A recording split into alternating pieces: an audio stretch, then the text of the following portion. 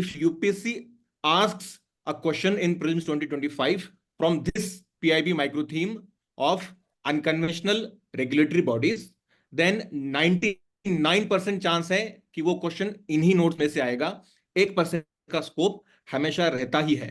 There are 45 regulatory bodies that we are going to cover, as you can see in the index, and the entire note consists of only 18 pages, including the index. We have tried to keep it very exhaustive. At the same time, we have tried to keep it rational so that it doesn't overwhelm you.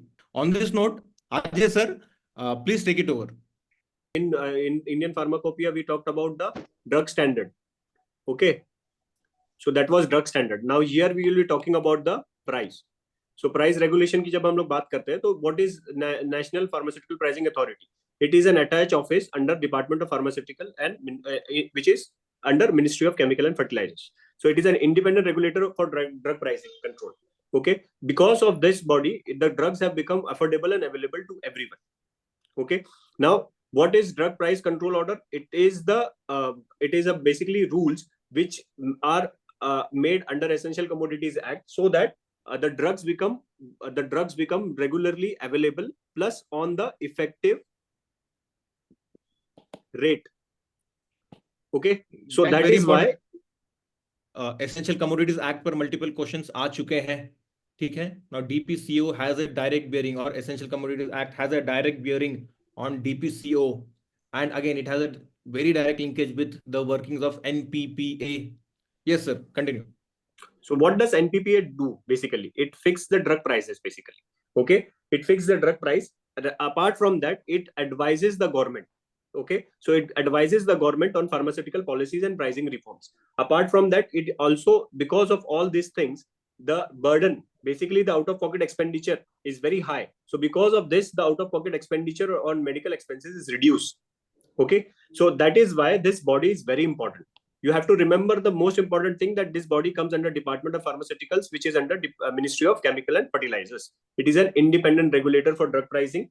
Okay, and apart from that, there are some digital tools which are Pharma Sahi Daam, which provide medical information about the price of medicine, and also Pharma Jan Samadhan. This is a grievance redressal platform. Now don't get confused. Jan Samadhan, Pharma Jan Samadhan agar bolenge, तो you have to always go for Samadhan means redressal, right? So that is grievance redressal platform. Okay, and this is the price regulation platform which does the price regulation and monitoring for NPPA. So that is why this body becomes very important, because the out-of-pocket expenditure in India is very high. To reduce this out-of-pocket expenditure, we have to have such authority which controls the drug pricing in India. Third, the most important body, why I think protection of pharma plant varieties and farmer rights authority, this is the most important body because this has been asked in the PYQ. This is from the PYQ basically. This has been asked in the PYQ, and guys, PIB has given out a separate release on this. Okay, please pay attention. Each and every item here has a direct linkage with PIB, but I'm just giving you additional context. This is really important. This has been into news, and likelihood of these item of being asked in the exam is more. So please pay good attention. Yes, Ajay sir. Yeah, so this body, this authority has been in news because of this famous case of PepsiCo potato dispute. Now what is this case? You might be aware of the farmers in Gujarat. Okay, so this has been a case of Gujarat where Lay's, you know Lay's. So Lay's को जो potatoes था, वो potatoes एक FC5 करके एक potato variety था, तो वो variety को use किया गया farmer ने after the contract was over basically. Okay, outside contract में farmers ने इसको ये variety को use किया, तो ये variety use करने के वजह से the company went to the court. और कोर्ट में जाने के बाद बेसिकली इसने फार्मर्स को काफी बड़ा सा एक कंपेंसेशन का डिमांड किया था, but it was not given because obviously ये अथॉरिटी ने उसको बाद में बता दिया कि हम लोग इसको ऐसे नहीं मैनेज करते. Now what is this authority all about? It is a statutory body which was established in 2005 under this act. Remember plants variety and farmer rights act, इसके अंदर 2005 में इस बॉडी को एस्टैब्लिश किया गया था. Now what this body do? This body basically was established to protect the intellectual property rights of the plant breeders and farmers.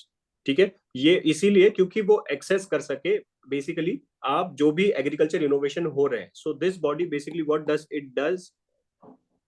It protection of agricultural innovation. तो आप जो भी एग्रीकल्चर इनोवेशन कर रहे हो उसकी प्रोटेक्शन ये करता है। तो ये बॉडी को इसीलिए एस्टैब्लिश किया गया था। Apart from that there are various functions which this body carries out. Okay, बस मोस्ट इंपॉर्टेंटली आपने ये सुना होगा plant breeders right. Now what is this plant breeder right? Plant breeder right basically वो होता है, इसमें कमर्शियल राइट्स को ग्रांट किया जाता है for new plant varieties. So you can grow the new plant varieties commercially if you have plant breeder right. Okay, so this is guaranteed by this authority. Apart from that, ये train करते हैं IPR के लिए भी, आप कैसे अपने IPR को मैनेज कर सकते हैं, कंट्रोल कर सकते हैं, प्लस ये अपने ट्रेडिशनल नॉलेज को सेफगार्ड करते हैं। Now these are the important aspects. They also educate the farmer about the rights and benefits. क्योंकि ये पेप्सिको वाला केस जो था ये बहुत ही important था, farmers were not aware of their rights, तो इसीलिए ये उनके अवेयरनेस जनरेशन के लिए भी काम करता है। And it also maintains a register of plant varieties. So this is the important feature of all these things, this body and this authority. Apart from this, अगर आप देखेंगे तो इसी साल, now this current year, there was a global symposium of farmer rights. Global symposium of farmers right. ये पहली बार India में हुआ था in 2023. So this happened in 2023.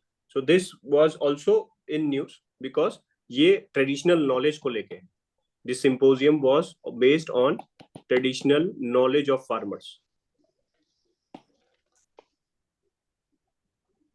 So India hosted this global symposium, because of which this body is in news. PIB ने इसी चीज को cover भी किया। So we know this. Apart from that, एक और चीज है यहाँ पे, exclusive commercial rights and protection against misuse of acknowledgement of agriculture contribution. एक गोवा कोला चिली है ये, इसके बारे में आप थोड़ा सा ढूंढ सकते हो, इसके बारे में थोड़ा सा पढ़ सकते हो। इसको एक्सक्लूसिव कमर्शियल राइट्स दिया गया था रिसेंटली। या so just I am just saying out of curiosity, अगर आपको ये पढ़ना है तो आप गोवा कोला चिली के बारे में देख सकते हैं थोड़ा सा। Apart from that all everything is covered over here and the functions of plant protection of plant varieties and farmer rights authority has been covered. ठीक है guys, please ask अगर कोई डाउट है। I don't want passive listeners here. Yes Ajay sir, please continue. Yeah, see, you have to remember this section importantly. Okay, purpose जो है इसको अगर आपने देख लिया एक बार अच्छे से तो आपको पूरा केस भी समझ में आ जाएगा और वो सारा चीज समझ में आ जाएगा। Apart from that somebody was asking for farmers right. Basically farmers का राइट्स क्या है, ये क्या करता है, it allows the farmers to save, use and exchange seed of registered varieties. तो फार्मर क्या कर सकता है, सेव कर सकता है, उसको यूज कर सकता है, सो रिसो कर सकता है, और एग्जैक्टली रजिस्टर्ड वैरायटीज जो भी है उसको, तो ये फार्मर्स के राइट इस तरीके से प्रोटेक्ट करता है, जिस वजह से ये पेप्सिको केस का डिस्प्यूट जो है इसमें इसी राइट्स के बारे में बात की गई। Then there is airport economic regulatory authority. ये बॉडी के बारे में मोस्टली किसी ने सुना नहीं होगा, आई होप, या फिर सुना होगा तो इसके बारे में इतना ज्यादा आइडिया किसी को होगा नहीं कभी, because we have always remembered about always been talked about Airport Authority of India, but ये organization के बारे में हम लोग बहुत कम ही सुनते हैं। Now this is a statutory body under the act by its name, okay, and what does it does basically, आपको यहाँ पे बता दे तो हमने Airport Authority of India और AERA दोनों को साथ मिल गया। Now what is the purpose basically to take these two together? ठीक है, सबसे इंपॉर्टेंट चीज, आप दो चीज को यहाँ पे याद रख लीजिए, डिफरेंशिएशन करना भी आसान हो जाएगा इसमें। So what does era do?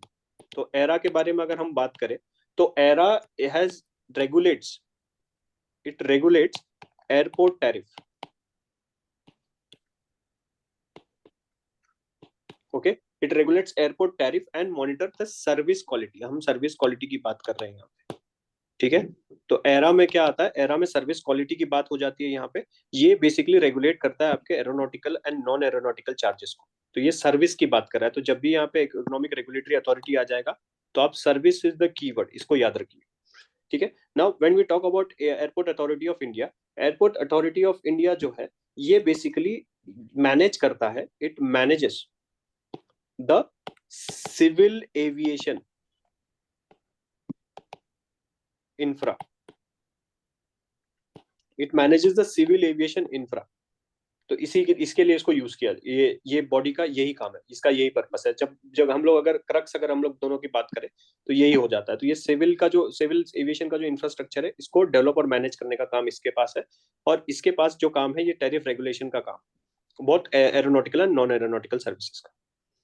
ठीक है, ये बेसिकली क्या करता है, ये डेवलपमेंट फीस जो होता है, पैसेंजर सर्विस फीस जो आप पे करते हो, ये सारा जो डिटरमाइन करने का काम होता है, ये एएआई का नहीं होता है, ये होता है आपका एईआरए।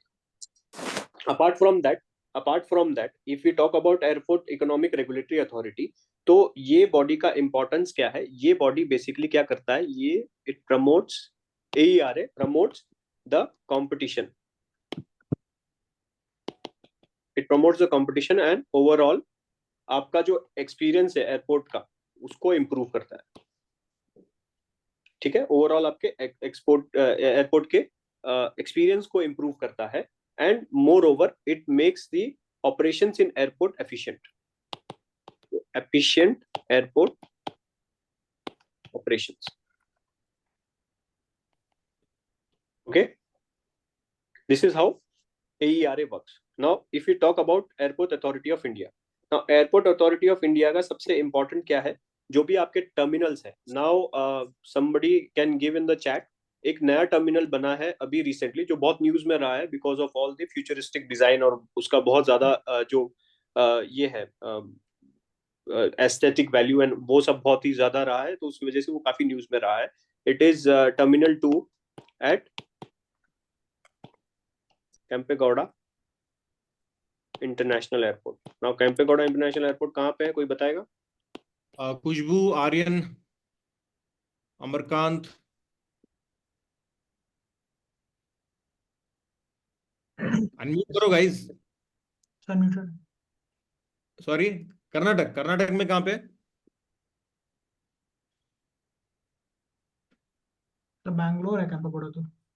Yes, it's Bangalore. Yes okay, Kempegowda. ठीक है, गुड। तो यहाँ पे जब हम लोग बात करते हैं एयरपोर्ट अथॉरिटी ऑफ इंडिया की बात करते हैं, तो हम इंफ्रास्ट्रक्चर की बात कर रहे हैं। इंडिया इंफ्रा देखिए इसमें आई जो है, इसको आप इंफ्रास्ट्रक्चर से जोड़ लीजिए तो आपको याद रहेगा कीवर्ड। ओके, सो इंफ्रास्ट्रक्चर से आपने इसको जोड़ लिया। पहले इंफ्रास्ट्रक्चर डेवलपमेंट की बात कर रहा है, रनवेज जो बनते हैं उसकी बात कर रहे हैं हम। उसके अलावा जो भी नेविगेशन है, नेविगेशन सर्विलेंस सिस्टम है, उसको मैनेज करना वो भी इसी का काम है। इसके अलावा जो एयरपोर्ट पे जो भी एमिनिटीज को प्रोवाइड करना होता है पैसेंजर्स के लिए, वो सारी फैसिलिटीज के बारे में एयरपोर्ट अथॉरिटी ऑफ इंडिया के पास ये फंक्शंस होते हैं।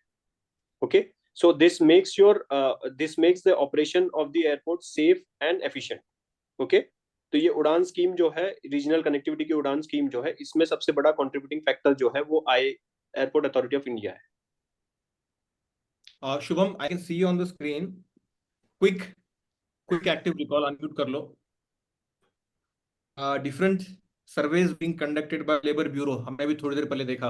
आवाज आ रही है तुमको? Yes sir. तो मैं कोई सर्विस का नाम लेता हूँ, tell me whether these are conducted by the labour bureau और नॉट। Yes sir. ठीक है, survey on white collar labourers. Yes. White collar labourers कैसे हो सकते हो? व्हाइट कॉलर लेबरर जैसा कुछ होता ही नहीं है। If it's white collar it's not labourer. Oh my God. ठीक है, तो ये ऐसी ऐसी ऐसी गड़बड़ नहीं करना है। Then survey on international migrant labourers. Sir international का नहीं है sir.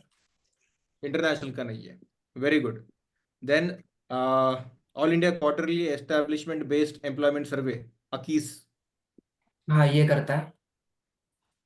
All India survey on migrant workers. ये भी करता है। डोमेस्टिक वर्कर्स का सर्वे होता है क्या? No sir. होता है। Survey on domestic workers labour bureau करता है। ठीक है, अभी थोड़ी देर पहले हमने देखा। अच्छा sir. And all India survey of unorganised workers, unorganised workers की बात कर रहा हूं मैं, होता है क्या? No sir. होता है। All India survey of unorganised workers भी होता है। ठीक है, ओह लेबर ब्यूरो भी ये करता है। Periodic labour force survey. Yes sir, करता ही है। करता है. सो जब आप फिर से इन नोट्स को पढ़ोगे, you'll have to pay good attention on this. Yes, Ajay sir, आगे बढ़ते हैं. Yes. So the next body is Oil Industry Development Board. Now, what is Oil Industry Development Board? It is established under Oil Industry Development Act 1974, and it operates under Ministry of Petroleum and Natural Gas. But obvious. Then here the most important thing is this ex officio. Now, wherever you find in this document ex officio, that becomes very important. Ex officio के बारे में directly पूछा जाता है because it is because of this post, this person has to be the chairperson. तो secretary जो भी है Ministry of Petroleum and Natural Gas का, वो directly in ex officio chairman बन जाता है ऑयल इंडस्ट्री डेवलपमेंट बोर्ड का. ठीक है. These includes members from ministries, departments and oil industries. ठीक है. तो सारे ये तीनों भी एरिया से एक्सपर्ट्स को हम लोग इस बोर्ड में इनके बोर्ड में रखते हैं. Apart from that, it provides financial and technical assistance for oil industry development. ये टेक्निकल और फाइनेंशियल असिस्टेंस प्रोवाइड करता है ऑयल इंडस्ट्रीज के लिए. और R&D, ऑयल एक्सप्लोरेशन के लिए जो R&D का काम होता है वो भी यही करता है. तो this board becomes very important क्योंकि हमारे पास जो नेचुरल रिसोर्सेस है, I am talking about oil, natural gas. ठीक है. ये सब की बात करेंगे तो इसमें इसका रोल काफी इंपॉर्टेंट हो जाता है बिकॉज इंडिया में एक्सपोर्ट पे हम ज्यादा फोकस करते हैं. तो ये बहुत ही इंपॉर्टेंट बोर्ड हो जाता है. एक इससे पहले PNGRB इसके बारे में पूछा था, if anybody recalls. Petroleum natural gas regulatory board, ये बोर्ड के बारे में पूछा गया था. बोर्ड को कब एस्टैब्लिश किया गया था, this was the first board, ऐसा करके क्वेश्चन आया था. तो that was an unconventional board body that time. So similarly oil industry development board becomes important with that perspective. ठीक है. It was a statement based question, direct question नहीं आया था. तो this becomes very important. So remember some key things over here. Providing financial and technical assistance to oil industry, facilitate R&D in oil exploration, advise government on sustainable policies for sustainable growth. ठीक है. तो sustainable जो growth के लिए, sustainable growth के लिए policies के लिए advise करना, and support infrastructure for development in oil sector. तो oil sector से related major जो काम होता है वो oil industry development board करता है. ठीक है. Apart from that, it also recently एक किसी ने ये शायद से have you heard about, anybody can answer this, strategic petroleum reserve. ये क्या होता है? SPR, strategic petroleum reserve. Asif, Dhyanesh and Shakib, guys, you are unmuted. Strategic reserve क्या होता है? There is a quota basically, okay, for how many days you can have your reserves, oil reserves. Okay, so total 90 days का एक quota होना चाहिए at least आपके पास. Okay, so for that we have strategic petroleum reserves across the country. हम लोग अभी build कर रहे हैं. We haven't built every strategic reserve, but अभी इंडिया में basically we have some reserves which are active. Phase 1 में हमने विशाखापट्टनम एक है, विशाखापट्टनम में हमने बनाया है, एक मैंगलोर में बनाया है, and one is in Padur. Okay, so these three strategic petroleum reserves have been made as part of phase 1. और जो राजस्थान का बात कर रहे थे, राजस्थान में phase 2 में बनने वाला है. यानी प्लीज कमेंट और just in the message box बताइए कि कहाँ पे phase 2 में प्लान हो रहा है. Okay. So this SPR, strategic petroleum reserve, these are also under basically under the I. ये जो हमारी बॉडी है ऑयल इंडस्ट्री डेवलपमेंट बोर्ड, यही स्ट्रेटेजिक पेट्रोलियम रिजर्व्स को भी मेंटेन करती है. ओके. इसने एक बॉडी, एक इन्होंने SVP बनाया है, स्पेशल पर्पस व्हीकल, उसके लिए वो है strategic petroleum reserve limited. Okay. So Indian strategic petroleum reserve limited, ISPRL, ये बॉडी उसको मेंटेन करते हैं, जितने भी स्ट्रेटेजिक पेट्रोलियम रिजर्व है उसको. ठीक है. Then there is some recent development, that is HPCL Rajasthan refinery operational by 2026, boosting refining capacity and energy security, जिससे हमारी एनर्जी सिक्योरिटी और हमारे बेसिकली रिफाइनिंग कैपेसिटी को बढ़ाने से हमारी एनर्जी सिक्योरिटी बढ़ेगी, because we will be able to refine more oil. Apart from that, this see here strategic petroleum reserves have been mentioned, Visakhapatnam, Mangalore, Padur and Chandigarh. ठीक है. तो ये अभी स्ट्रेटेजिक पेट्रोलिज्म के लोकेशंस है. Okay. We are expanding from to Padur and Chandigarh. ठीक है. जो मैंने 3 बताया था पहले, ये phase 1 में हो चुका था. phase 2 में पडूर में एक्सटेंशन और चंडीकोल में ये बन रहा है। Danish, another dose of active recall. Tell me, Danish, बहुत तुमको शौक था आंसर देने का पहले, ठीक है, अब तुमसे सवाल पूछा जा रहा है। Tell me, Indian pharmacopoeia commission has joined which body recently? काफी इंपॉर्टेंट है Dhyanesh. Sir, something like discussion forum. I was not able to recall, sir. Very good. And Pharmacopial WHO is discussion and WHO group. is an observer of that. Pharmacopoeia discussion. Yes. Yes, so WHO has observer status. Other bodies or countries which are represented in that body, do you remember? European Pharmacopoeia, Japanese Pharmacopoeia, United States Pharmacopoeia, Indian Pharmacopoeia Commission. ठीक है, Okay, sir. Important है, Okay, sir. Direct question आ जाएगा और हमने पढ़ नहीं रखा है तो काफी मुश्किल लगेगा ये क्वेश्चन, ठीक है? Okay, Yes, sir. Ajay sir. Yeah. So we'll talk about Building and Other Construction Workers Welfare Board. This board was established under the same act, Building and Other Construction Workers Act.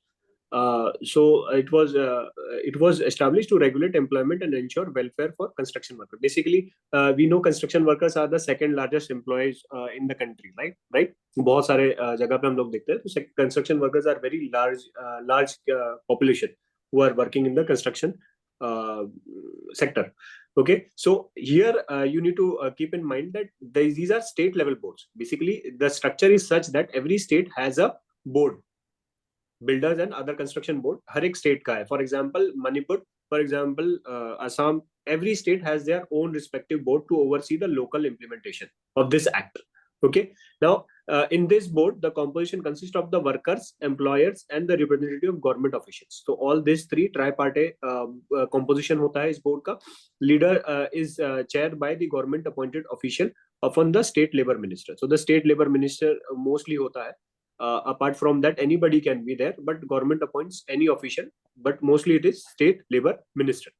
Now, what is the objective? Basically, the objective is safety and health. Safety and health, social security, skill development. These are the, see, ये broad perspective एकदम दे दिया उसने कि safety health की भी बात कर रहे हैं हम, social security की भी उनकी बात कर रहे हैं और skill development की भी बात कर रहे हैं. So we are talking about everything of the what construction workers. Okay.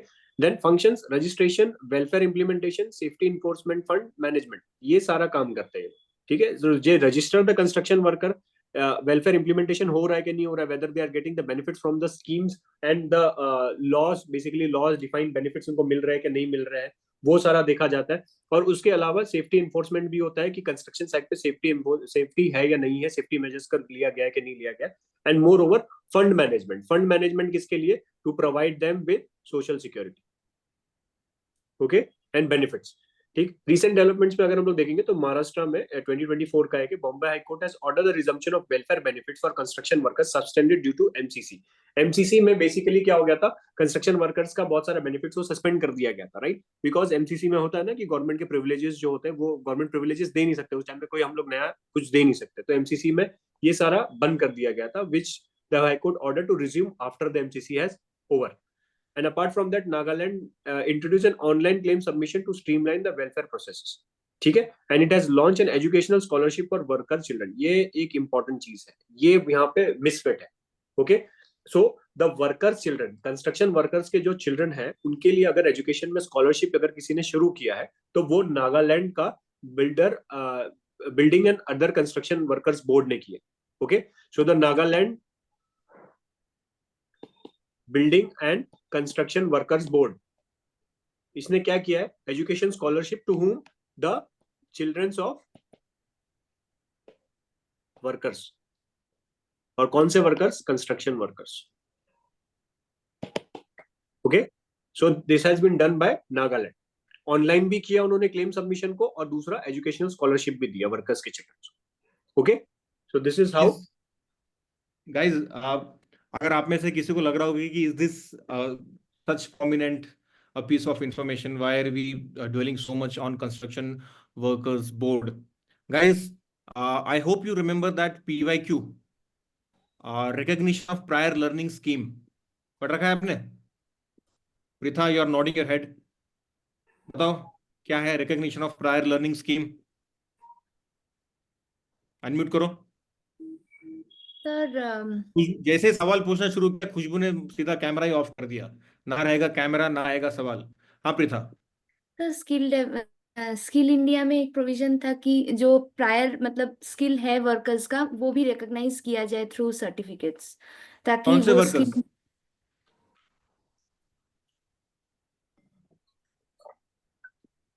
It was specific to construction workers. Okay Recognition of prior learnings scheme was specific to construction workers, और यहाँ पर भी हम construction workers की ही बात कर रहे हैं. Fine. So an important item under this particular macro theme. ठीक है. Sir, अच्छा, ठीक if you है. remember, sir, do you remember Pawan Datta, sir?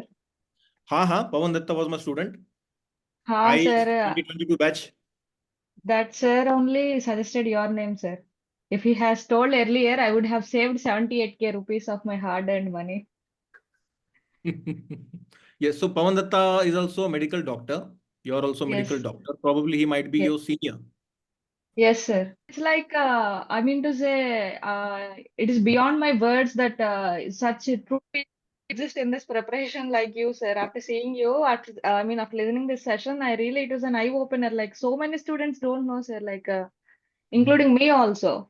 I would say this is really, I mean to say, like very good session. I have learned a lot of, this is Yeah. really, I mean to say, like I have followed a lot of current affairs sessions. I have never seen like this kind of session. Like I have started my preparation during my internship starting.